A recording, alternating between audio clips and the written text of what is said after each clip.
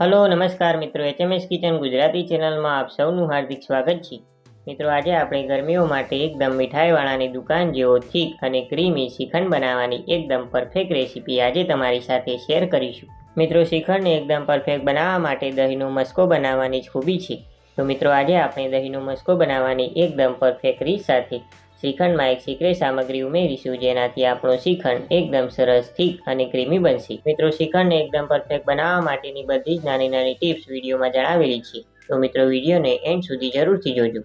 તો ચાલો બધી ટિપ્સ સાથે એકદમ મીઠાઈવાળાની દુકાન જેવો થીક અને ક્રીમી શ્રીખંડ બનાવવાનું શરૂ કરીએ। ચેનલ પર નવા હો તો આવી જ બીજી નવી નવી રેસિપી જોવા માટે ચેનલને સબસ્ક્રાઇબ કરો અને બાજુમાં આવેલું બેલ આઇકન પ્રેસ કરી ઓલ નોટિફિકેશન પ્રેસ કરો, જેથી અમારી ચેનલ પર મુકાતી નવી નવી રેસિપીનું નોટિફિકેશન તમને સમયસર મળતું રહે। તો હવે સૌથી પહેલાં ગરમીઓ માટે એકદમ મીઠાઈવાળાની દુકાન જેવો શ્રીખંડ બનાવવા માટે અહીંયા આપણે 500 ml જેટલા દૂધમાંથી મિત્રો દહીં તૈયાર કરેલું છે। તો મિત્રો એકદમ પરફેક્ટ ઘાટું અને મલાઈદાર દહીં ઘરે કેવી રીતે જમાવવું તેના વિડીયોની લિંક ઉપર આઈ બટન પર અને નીચે ડિસ્ક્રિપ્શન બોક્સમાં આપેલી છે, તો મિત્રો તમે તે વિડીયો ત્યાંથી જોઈ શકો છો। તો હવે મિત્રો દહીંનો મસ્કો બનાવવા માટે આપણે નીચે એક ઊંડો બાઉલ રાખી દઈએ અને પછી તેની ઉપર એક આ રીતનું કાણાવાળું વાસણ રાખી તેની ઉપર આપણે આ રીતનું કોટનનું કપડું રાખી દઈએ અને પછી આપણે તેની અંદર દહીંને ઉમેરી દઈએ। તો મિત્રો તમારું દહીં ઉમેરાઈ જાય પછી ત્યારબાદ આ રીતે કપડાની મદદથી આપણે તેને એકદમ સારી રીતે બધી જ બાજુએથી ભેગું કરી પછી આ કપડાની ઉપર આપણે આ રીતે રબર બેન્ડને લગાવી દઈએ, જેથી મસ્કો કપડાની બહાર ના આવી જાય। અને હવે તેની ઉપર આપણે એક આ રીતની પ્લેટ રાખી દઈએ અને પછી તેની ઉપર આપણે કોઈ વજનવાળી વસ્તુ રાખી દેવાની છે અને હવે આપણે આ મસ્કાને લગભગ 5 થી 7 કલાક માટે ફ્રીજમાં રાખી દેવાનું છે, જેથી તેમાં થોડો ઘણો પણ પાણીનો ભાગ હોય તો તે નીકળી જાય। તો લગભગ 5 થી 7 કલાક જેવું થઈ ગયું છે। તો હવે આપણે દહીંના મસ્કાની ઉપરથી વજનને હટાવી લીધું છે, તો હવે આપણે તેને જોઈ લઈએ। તો તમે જોઈ શકો છો કે મિત્રો આપણું એકદમ પરફેક્ટ દહીંનો મસ્કો તૈયાર થયો છે અને તમે જોઈ શકો છો કે આપણો મસ્કો આ રીતનો એકદમ થીક છે અને તે જરા પણ ઢીલો નથી।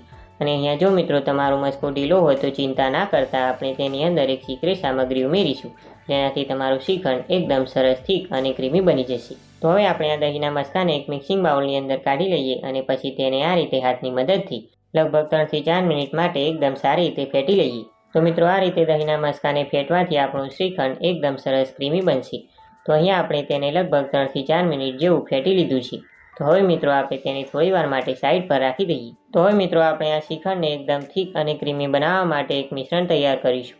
તો તેના માટે આપણે એક બાઉલની અંદર 3 થી 4 મોટી ચમચી જેટલી ઘરની ફ્રેશ મલાઈ લીધેલી છે અને મિત્રો જે રીતે તમને પહેલાં કહ્યું એમ કે આપણે આ શ્રીખંડની અંદર એક સિક્રેટ સામગ્રી ઉમેરીશું, તો તે સિક્રેટ સામગ્રી છે મિત્રો કોર્નફ્લોર। તો હવે આ મલાઈની અંદર મિત્રો આપણે લગભગ 2 મોટી ચમચી જેટલો કોર્નફ્લોર ઉમેરીશું, જે તમને બજારમાં એકદમ સહેલાઈથી મળી જશે। તો મિત્રો થોડો કોર્નફ્લોર ઉમેરવાથી તે મિત્રો પાણીનો ભાગ એબ્ઝોર્બ કરી આપણા મસ્કાને એકદમ સરસ કઠણ રાખે છે। તો હવે આપણે બધી જ વસ્તુને એકદમ સારી રીતે મિક્સ કરી લીધી છે અને આપણું આ રીતનું મિશ્રણ બનીને તૈયાર છે। તો હવે આપણે તેને થોડીવાર માટે સાઈડ પર રાખી દઈએ।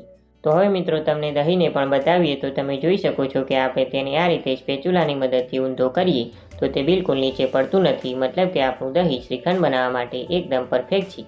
તો હવે આપણે તેની અંદર જે મલાઈ અને કોર્નફ્લોરવાળું મિશ્રણ બનાવ્યું હતું તેને ઉમેરી દઈએ અને સાથે મિત્રો આપણે તેની અંદર લગભગ 2 થી 3 મોટી ચમચી જેટલો મિલ્ક પાવડર ઉમેરીશું। તો મિલ્ક પાવડર ઉમેરવાથી આપણા શ્રીખંડનો ટેસ્ટ ખૂબ જ સરસ લાગશે અને તે એકદમ ક્રીમી બનશે। અને સાથે આપણે તેની અંદર મીઠાશ માટે લગભગ 1 નાની વાટકી જેટલી ખાંડ ઉમેરીશું। તો અહીંયા મિત્રો અમે દળેલી ખાંડનો ઉપયોગ કરેલો છે, તો અહીંયા તમે ખાંડનું પ્રમાણ તમારી પસંદ પ્રમાણે વધારે કે ઓછું ઉમેરી શકો છો। તો હવે મિત્રો આપણે સ્પેચ્યુલાની મદદથી એકદમ સારી રીતે બધી જ વસ્તુને મિક્સ કરી લઈએ। તો આપણી બધી જ વસ્તુ એકદમ સારી રીતે મિક્સ થઈને દહીંના મસ્કામાંથી શ્રીખંડ બનાવવા માટેનો ક્રીમી બેઝ બનીને તૈયાર છે। અને મિત્રો તમે આ બેઝની અંદર તમને ભાવતી કોઈ પણ ફ્લેવર એડ કરીને તમે શ્રીખંડ બનાવી શકો છો, પણ અત્યારે તો મિત્રો આપણે સિમ્પલ ડ્રાયફ્રૂટ શ્રીખંડ બનાવીશું। તો તેના માટે આપણે તેની અંદર સૌથી પહેલાં 1 નાની ચમચી જેટલો ઇલાયચીનો પાવડર ઉમેરીશું અને સાથે આપણે તેની અંદર 1 થી 2 મોટી ચમચી જેટલી સમારેલી પિસ્તાની ફ્લેક્સ અને સાથે આપણે તેની અંદર 1 થી 2 મોટી ચમચી જેટલી સમારેલી કાજુ અને બદામની કતરણ ઉમેરી દઈએ અને હવે આપણે તેને હળવા હાથે એકદમ સારી રીતે મિક્સ કરી લઈએ। તો અહીંયા મિત્રો તમે ડ્રાયફ્રૂટનું પ્રમાણ તમારી પસંદ પ્રમાણે વધારે કે ઓછું ઉમેરી શકો છો। તો હવે આ શ્રીખંડને આપણે ફ્રીજમાં 1 થી 2 કલાક માટે રાખી દઈએ, જેથી તે એકદમ સારી રીતે ઠંડો થઈને સેટ થઈ જાય।